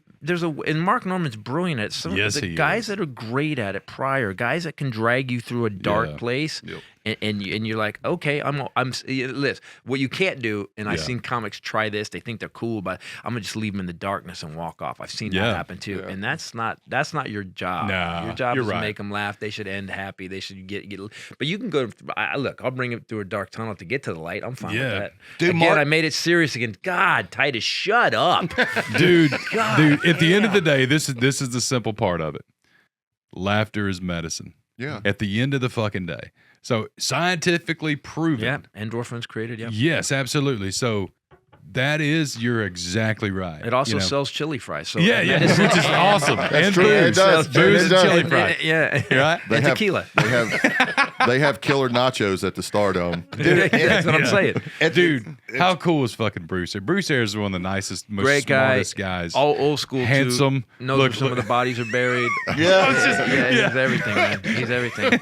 He's A lot of so men awesome. can't make that gray look good. Yeah, absolutely. Y'all were talking about Mark Norman. It's crazy. He carries around note cards like this thick in his back pocket pocket. at all times Yep. with jokes on it. Yeah. Yeah. He'll Really, write. new jokes. Yeah. Interesting. The- That's interesting. Well, so right after he got through doing that Down syndrome joke, and everybody kind of he was like, "All right, well, y'all are really going to love these abortion jokes." good. And it goes He's into great. a whole thing of abortion jokes that, that were though, fucking hilarious. That's the brilliant thing about we talk about Yeah. cancel culture again. See, you can't cancel that guy. no, of course No. not. He doesn't give a impossible. fuck. 'Cause he doesn't give a fuck. He Exactly. He doesn't care. Yeah, that's Yeah. what I did a bit in Zero Side Effects called Zero Fucks, and you can't really ever give zero fucks because we do care. We want you to laugh, but if you're gonna, I know you're wrong. The audience is wrong. That's Mark Norman. You're wrong. He's Yeah. funny as shit. Right. Right. Yeah. You bought the ticket. Yep. You knew got a what you guy were that's gonna getting take into. Yeah, exactly. That's what pisses me off in the comedy club. When there was two people walked out, I did a bit of my sister's suicide, and two people walked out in Cleveland. They just then they got up kind of like haughty. They got up like for real, like boom, boom, and I was like, Oh, like and storming out. I wish people understood the victory that is for me. Yeah. That's a victory. I'm like, good. You moved somebody. That You found their line. Yeah, that Oh, well, no, it means I wrote hard enough to Bring bump up coordinates. against the edge, and that's all I want to do. Do you remember- address it when they walk out? I mean, do you? Depends how I've had things happen. Like, have you ever had a bad heckler? You get really. Oh yeah, I love those. Are my favorite. Oh, Bring up you must coordinates. be brutal though. I've just seen you with him today. Yeah, Like, right? Oh, it's horrible, bro. Like it gets I way thought worse. listen, talking shit's a love language, and I'm good at it. So Yeah, no, hopefully fucking plus you were a cop, man. By Yeah. the way, when you said I was a cop, I got it. I know exactly why you're that. Yeah. Because I can't imagine you. By the way, that's the only worse job than being a stand-up comic, because everybody thinks they can talk shit to you, and it's not when they're not happily drinking and they're not having fun. Yep. You're like, you did that job. I get why you don't do it anymore, because it's a tough. They just got fucking political. I got out of it because, like I told them, I was like, Dusty. I was spending more time, going to classes. Like, we need to teach you how to treat black people or treat these people. I said, motherfucker, you could be the smartest person in the world. You got a shitty heart. Your heart's gonna bleed through. True. I got into it because my mom got killed by domestic violence. So like, go get fucked and stay fucked. Like, that's why I got into it. But I got out of it because I pursued this, because I feel like that my story can be just equally as funny and talk about the trauma and shit that I went through. So like, How long were you a cop? a little over Coordinates. 12 years. Oh, you got enough stories. Oh, I got. Oh, you got I it. got So, plethora. so you ask a question. By the way, Titus. can you give him some advice on telling stories? Because I hear. That's why we're hanging out, because I came from the master. I wanted to. All right. Yeah. I got my balls busted by Christopher Titus. Like, No. this is like Oh my, here, my dream, bro. what are we I twisting? am fucking beside myself. So Chris, you said something earlier in the conversation where you were asking them about how they did what they did. Yeah, how did it build so fast? So Yeah. me and Goose were talking about this the other day, and I think it falls in line with what you say about you talking about things that that are taboo in your life. Yep. You get on stage and do it. They're just themselves. Yeah. And people relate with that. Yeah. And that's what's, I think, because that's how I met Goose, was watching his content.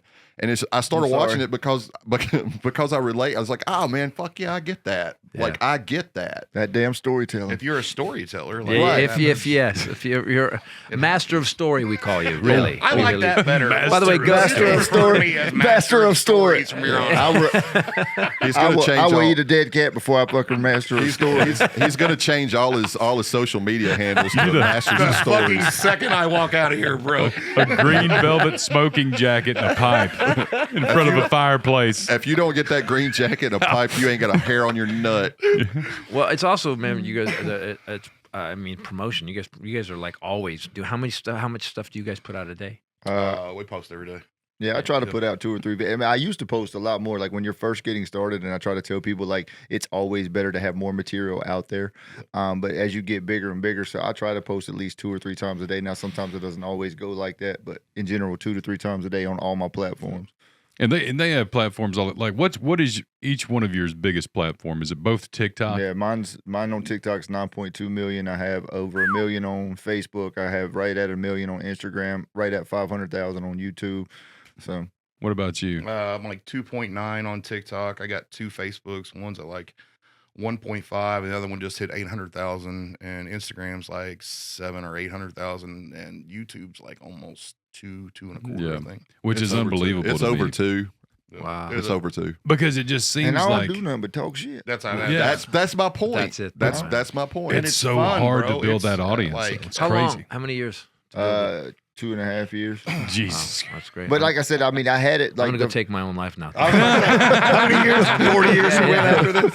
The box cutter is my well, friend. Let's do head on down. Before you do, head on down to Sadley's. Get you Head on down to Sadley's.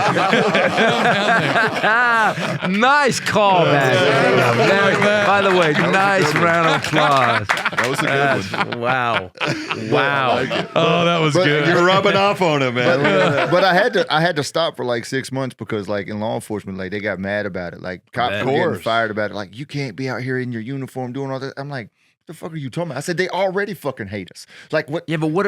How stupid is that? Like, what another way to That make would've been law positivity. enforcement positive? But And that's- like, oh, this yeah. guy's funny. You would think. But- and cops are human beings. Like that's the one thing we don't do. The guys that get promoted, the cops. There's people forget how many cops are out there every day kicking ass, doing their job, not causing trouble, not hurting somebody, Yeah. and just and doing all they can to not hurt somebody. The 4 guys that do it in a month are the guys that get all the press. Yeah. What a dumb thing to take you off. You should have just kept doing it. Well, and I stopped for a little bit because like I said, my law enforcement was my passion for the longest time. But like I told you, we're in between where we're getting. Hey, by the way, I hear there's a band that needs a new drummer, so maybe Yeah, no doubt. Not until he fixes that hair. But we're in between where the old heads are retiring, where they're the old kind of hard knocks, no facial hair, no tattoos, be a soldier, be a robot. So you're getting that new generation where facial hair is now accepted, but tattoo. But then you got these fucking dumbasses that eat Tide Pods that are coming back into it. So you're you're in that happy medium right now where you got that good part of the law enforcement. 99% of them are doing their fucking job, and we're out here trying to humanize the badge. And then you got these other fuck sticks that come in and are just doing it the wrong fucking way for whatever the case may be. But again, I agree with you. That's the whole reason I started is because we were such an awful place in the dadgum country Right. with law enforcement. I'm You're like, trying okay, to- well, if they can see that I'm just some regular dumbass that's just out here trying to live and have a good time, that they see, dude, and I'm telling you, the old heads got so mad. They were like, this is unacceptable. It's disrespectful badge. So how the fuck is it disrespectful? I was like, I'm not tarnishing this badge. I'm not saying anything disrespectful. I said, I'm literally telling jokes about real life stories that I have fucking been on. Yeah, man. Trying to bridge the gap. Yeah. I think the name when he helps you write the stories on the Yes, show. 100%. By the way, no, but you just said a phrase that's great. That's what I would have said. You humanize the badge. That's whenever I see like some guy, some couple cops will have a dance off with some kids in the street, love that. and they're good. love They're like that. breakdancing. I'm like, who is this cop? Why isn't this cop like that? Should be honored. But they're Why never you going. chief? But it's not going to sell because that ain't what the news wants to push. Yeah, that's true. know, man, or but show up it's- to a noise complaint it's- with a band practicing the And they kids, start- yeah, and they they start play jamming guitar, with them, and shit, yeah. you know, and stuff like that should be put out But there. that would change. That would change Oh, policing my- 100%. Because yeah. people be like, oh no, they're cool. They're just human. That's the thing. Humanize the badge. That's exactly what we need to do. That's what. That's My, right. my favorite fucking thing to do, you be in the store and you see a kid acting up, because I'm a father myself, and you see a kid and you hear parents, shh, see that cop? If you don't stop acting up, we're going to get him, take you to jail. I walk right over there. I'm like, ma'am, I'm like, hey, listen, baby, we don't take bad kids to jail. We take bad parents. And then I just look them dead in the fucking face. And then I just look them dead in the face. Nah, get fucked. Like, don't do that. Get fucked. Oh, that's good. Yeah, you don't want to start that young. Man, you got a good run here, Chris. Let's look here. Yeah, I don't stop talking, man. August through this. So you're. Oh, I let's thought you were see. talking about I won't shut up. Yeah, no. No, dude, I'm talking about your tour dates, man. So we're gonna film this one. We're gonna film this one, I think, in January, and then I got to do the next one. Carlin did 16 specials. This is my 10th, so I'm trying to. You're trying gonna to get match, yeah. 17. I'll be over 17. 80. I'll be 80 on stage. Oh, let me tell you a story about when I was a child about my father. I need to write some new material. I need to come up with a new subject matter. Real quick, so fuck North Carolina, huh? Okay, cool. That's good. Oh, We got yeah. Indiana on there We're either. I don't see No, that. we're going. Like, We're No, going. it's up there. I saw it. We might be to Charlotte. There's more on there. I mean, look, man, this is my only job. I started doing comedy when I was 18. I was touring with Kenny Loggins in '87. What were you doing with Kenny? Oh, just He comedy. did the Danger Zone tour. I got to do the Danger Zone tour. Oh, And that's dude, so cool. do you want to talk man. about I a did bad that. show? Okay, so I did some stuff. I did these separate shows. They just called. They need a comic to work San Jose, so they called me. I was clean, really super clean. I went to do the show. Kenny's wife, for whatever reason, liked me. She said he's really funny. He's clean. Let's take him on tour. So I get a call. Now Kenny's manager calls me and he goes, "Hey, you get 3 shows if you," because I was literally 20 years old, 20 years, no, 20, maybe 21, 22. Yeah, and I looked like that serial killer kid you showed up there. and he goes, you get 3 shows, and we're playing 16,000 seat Right. venues. And I was one of these guys. I didn't know what I was doing, but if you said, "Can you do it?" I'd be like, "Yep." I had no Figure it out. It was Yeah, I'll figure insane. it out. I'm already getting on stage in front of strangers Yeah. and trying to be funny. I figured it out exactly. So we go to Dallas, man. First show. It's the first show. And by the way, Danger Zone. So here's how this goes down. This is why I always get someone who's a good MC, man. Because and if you're an MC, be a good one. These two local news guys go to the stage, 16,000 people. And this venue in Dallas, it's got 100, like, you remember there was like this wine and cheese area for extra tickets, and it was fenced off. Well, nobody's there. No one's going to see me. So I've got this pit of indifference between me and the audience who's there. So, and they're like 100 feet away. So here's what happens. The two news guys go, and it's those magazine show people, it's Bob and Timmy, or Tammy and Bob. And they're like, you guys ready for Kenny Loggins? This is such a hack description, but this is what happened. You guys know he's at house at Pooh Corner with Loggins and Messina. They list 3 more Loggins and Messina hits, building it. It's getting huge. They go, and since his solo career, and they start listing all the hits, and they go, and today, Danger Zone went to #1.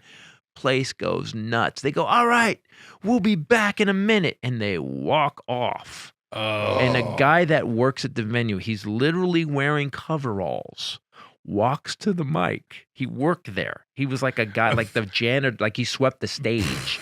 And he goes, ooh. Ladies and gentlemen, Christopher Titus. Damn. And I had no TV show. No one knows who the fuck. I walked to the stage, and this is before all the lights Holy became automated, before Vera lights came out. yeah. So there's guys in the rig running lights. There's like 3 guys, and all I hear is 3 guys in the rig clap. It was dead silent. But I used to do this bit. Like, remember, this is 1984, 85. I was doing a bit. We were big with the Soviet Union. I was doing Clint Eastwood as president. I know it sounds hacky now, but at the time, it was groundbreaking. Well, I know what you're thinking. So I would do this great Clint Eastwood impression, and at the end, it gets a little bit of a chuckle, but it's pretty much. I walk off to. There's like maybe 12,000 people out there now, and the people that are getting the wine, they're just walking up, looking at me like, "What's going on?" And nothing. Next, so I go back, and Kenny's manager's counting money, and he goes, "You got 2 more nights," and he just keeps counting money. Damn. The next night is in Houston. I go to Houston. I get the 2 DJs aside. And I go, "Hey, man," I go, "here's what happened last night." I tell them that story. They're hysterical. They're laughing so hard at my pain. They think it's the funny shit they've read. They go, "Don't worry." 2 guys get to this big theater in Houston. They walk on stage and they go, "Ladies and gentlemen, before we bring Ken out here, he's got his opening act. He found this kid. You're not going to believe this guy. This guy, they're saying he's the next Robin Williams. We have never seen a comedian this funny. This kid we're bringing out right now, you're seeing something that's about to blow up. Ladies and gentlemen, Christopher Titus." And I blew the roof. Same exact jokes. Blew the roof off the All because of the MC. All introduction. because someone went, "Hey, here's his good. You guys are going to enjoy this." And they went, "Okay, we'll enjoy this." Oh, yeah. Before the woo, Christopher Titus. It's still one of the most. It's one of the most heart dropping because I've done comedy long enough now that I go, "Oh, this is gonna go horrible," and I was right. By the way, they didn't even heckle. It was so bad. Like when they're heckling, you can at least turn. I get you. Yeah. They wouldn't even heckle. It was just they were just like, "What is That's happening?" so awful. Dead silence. It was horrible. I would have had to whoop that janitor's ass. Yeah. I'd have found him Just in after the that corner, show. Moon Yeah. tying his hands. Come on, man. I got 2 shows left. I'm out of here. At least a comedian, Christopher Titus. Right. Jesus Christ. MC guy. I'm sorry, we talk about comedy too much, man. Anything? No, that's- dude, no, I'm dude. sitting here with you all day. I have absolutely. I do have Yeah. a legit question though. Yep. Like, that's the picture you chose? Man, it's the tour page, man. I can't put my super pretty up. That's on the front page. You look. Super pretty. It's like you asked your wife, "Can you go with the boys?" and she said no, and you're like, "Come on, Come on. No, that's my like. Hey, you're booked in Alabama. Really? Really? Am I really going? Really? But you do. I don't know if that's my wheelhouse. Hey, but it made it. Hey, but you got to meet the master of story. Yeah. yeah, you I did. think it'd be That's your. You're welcome. Is that your B? That's No your B. Rumpelstiltskin. It's not a bad. That's your B-side picture. That's not even an old show, man. That's something. I don't even know which show that's from.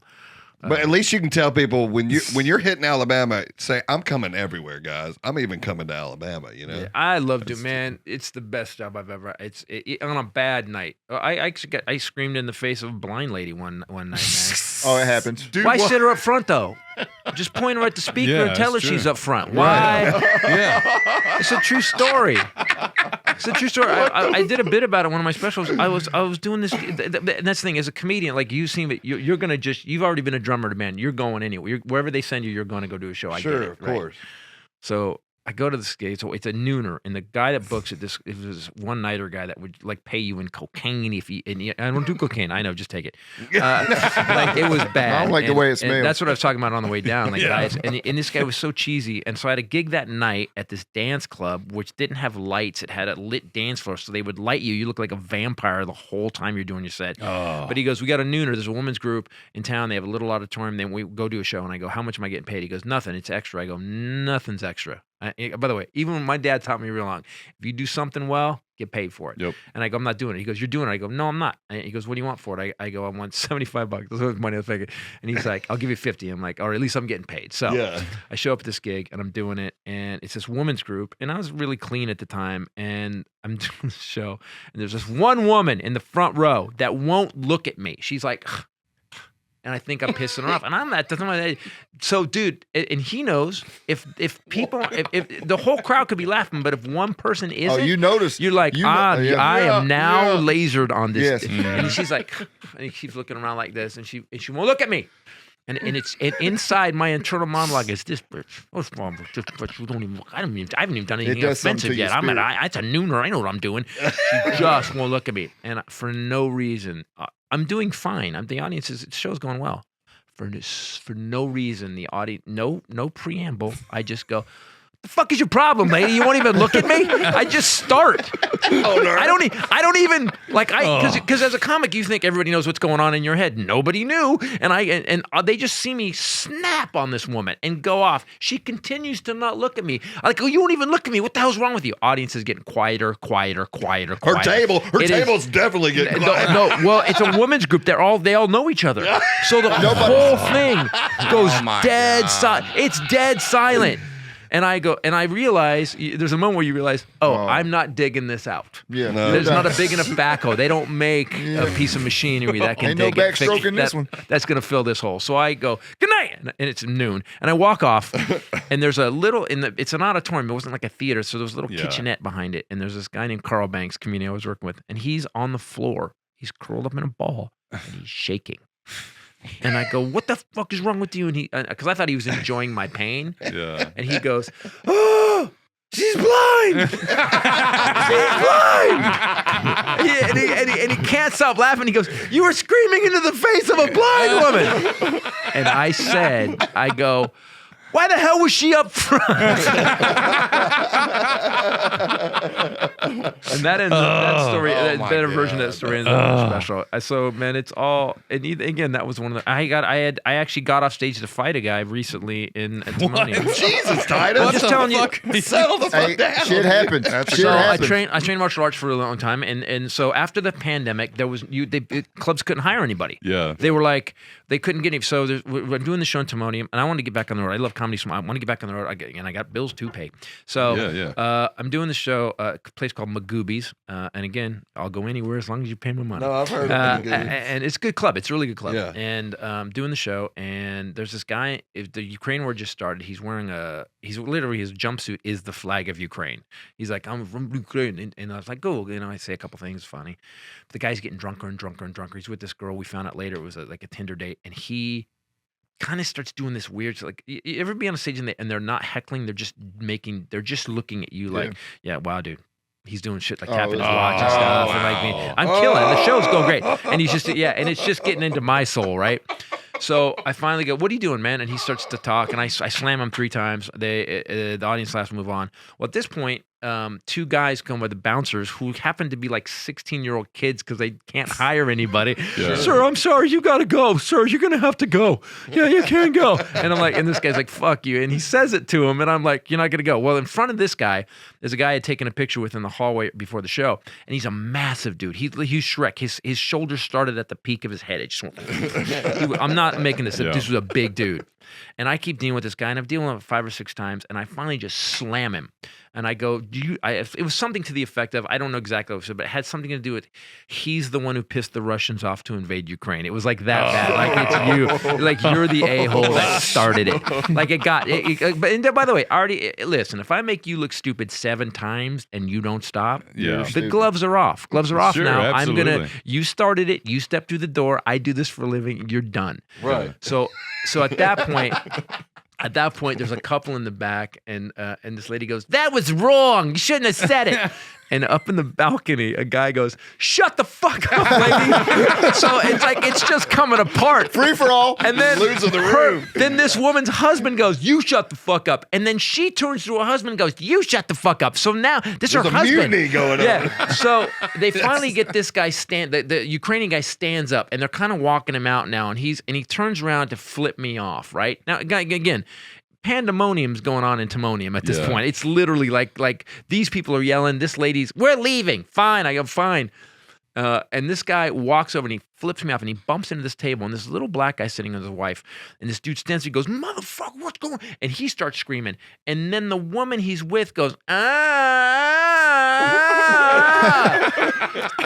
and you see me on stage. My buddy Andrew Rivers was there, and he's filming it because once it started going sideways, he's not going to help. But let me Yeah. get this on tape. Yes. And you see me on stage. You see me on stage. Go now. I go now. What the fuck is going on? Never coming to and the the woman city. goes, and someone goes, "She's blind." And I drop my head, and I go, "That's it." And I wear a lav mic, and I just walked off stage and go, "Let's go, me and you." And the guy with his wife, they're screaming, and there's a whole melee. And I go, "Come on, me and you, motherfucker." And he's got me on video doing this. And I'm like, "Let's go, let's do this."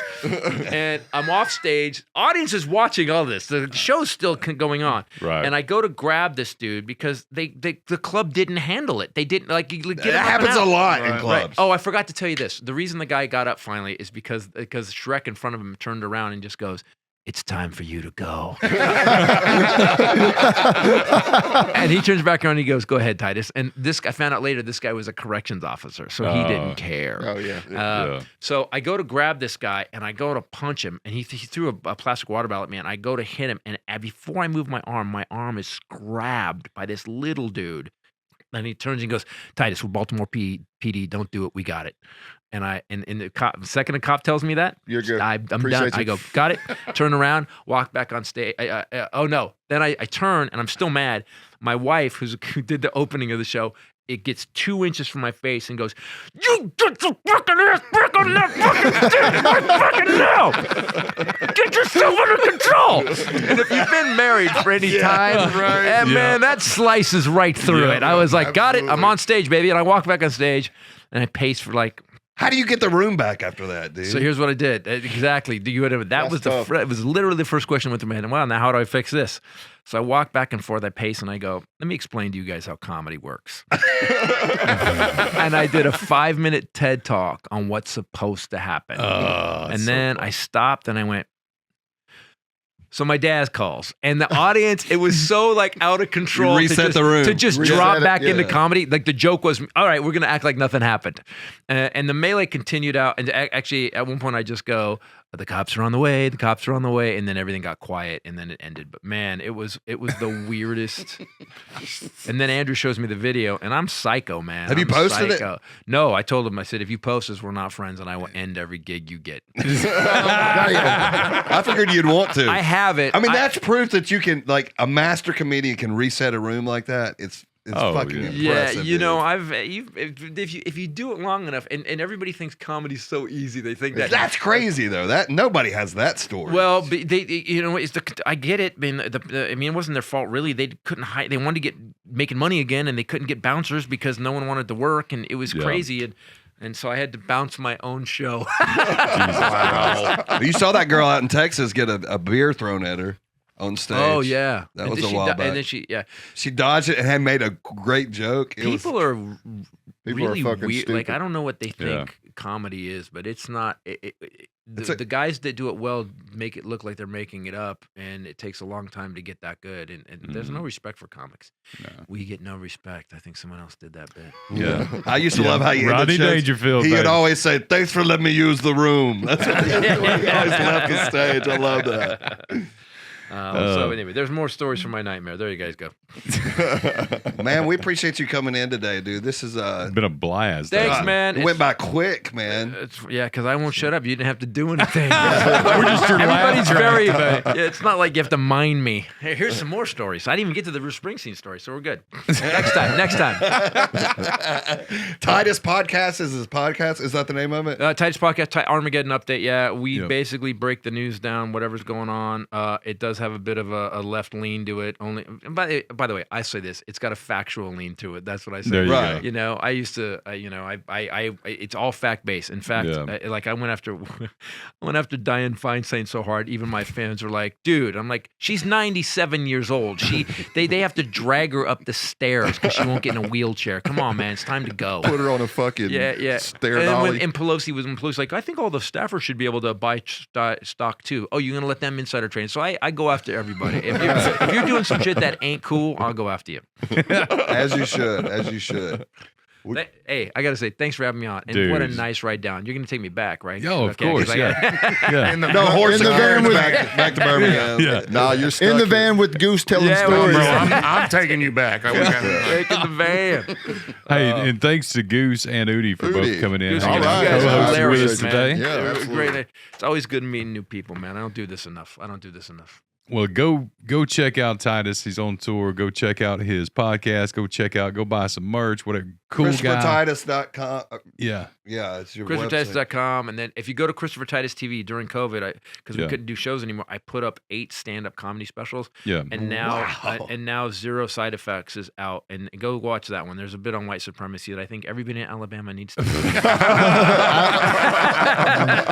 And Goose, where can everybody find you, man? Oh man, we're Goose_2659 on everything: Instagram, TikTok, YouTube, the whole nine. Actually, YouTube is Goose Unfiltered. But Okay. other than that, we try to, as a storyteller, I try to keep everything. Eudy, what about you, big dog? It's official Eudy on TikTok. It's the real Eudy on Instagram. It's Officer Eudy on Facebook and YouTube. All right, so Eudy, Goose, and the legendary Christopher Titus. Thank you Where guys can, so where much. can we find you? X5 podcast. He doesn't have social media. I don't have social media. Really? I don't, dude. Like, I have X5 podcast, Right. and that's it. So I don't do Facebook. I don't do Instagram. I know they're over here going, shut the fuck How do you up." breathe without that Yeah. shit? I don't. So look, man, I don't.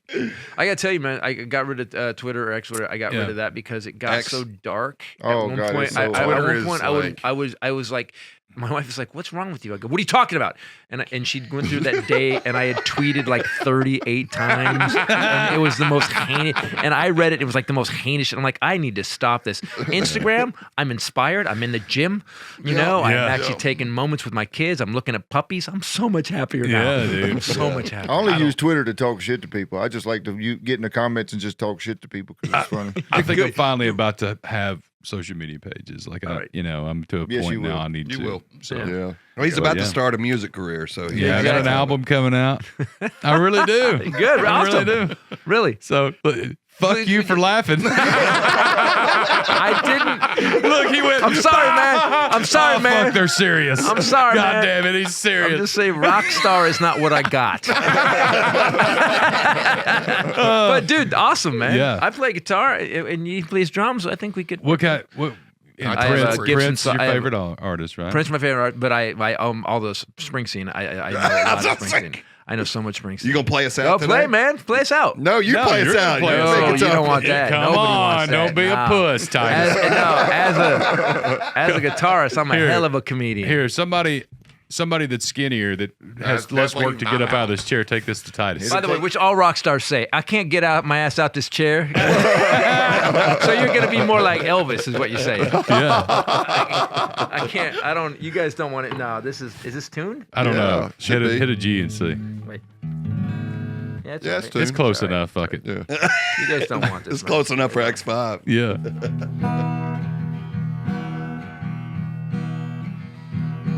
Man walking along the railroad tracks. That's all I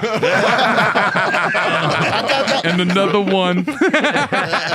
Oh shit. Dude, I thought you were going to bust out some Prince or something. man. No, man. Prince is hard to play, man. Oh, Prince is fuck. hard to No, play. it's not if you're good. Here, give me that. Somebody And I hand me that told you I fucking- was not good. I said flat out I was not good. And you're like, here's the guitar. I was like, here you go, you dude. go. You do some Prince then. Come on. Fuck. He's gonna man. do some country. Oh, you can play. He can really play though. You Yeah, really he can play.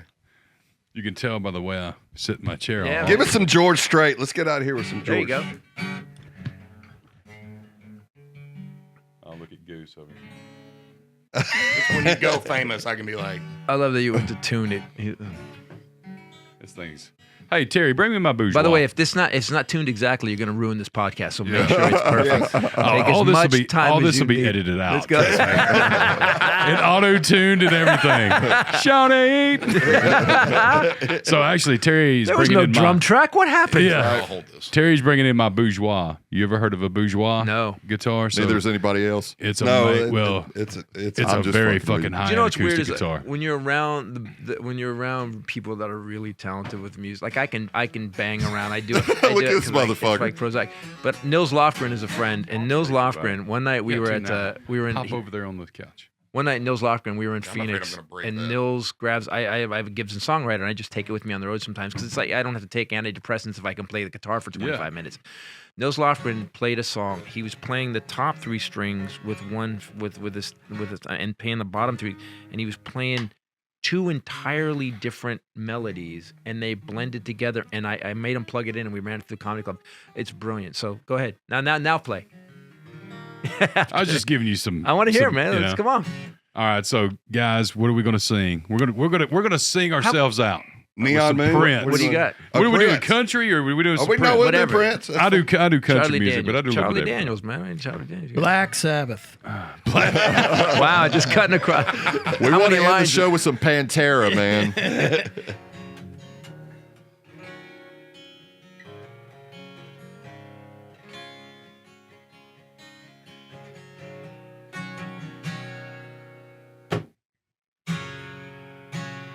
Love them to cause you any sorrow.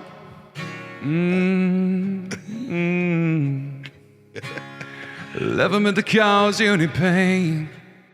Yeah. Look at him, he's vibing. Get it, Titus. I only want one time, see you laughing.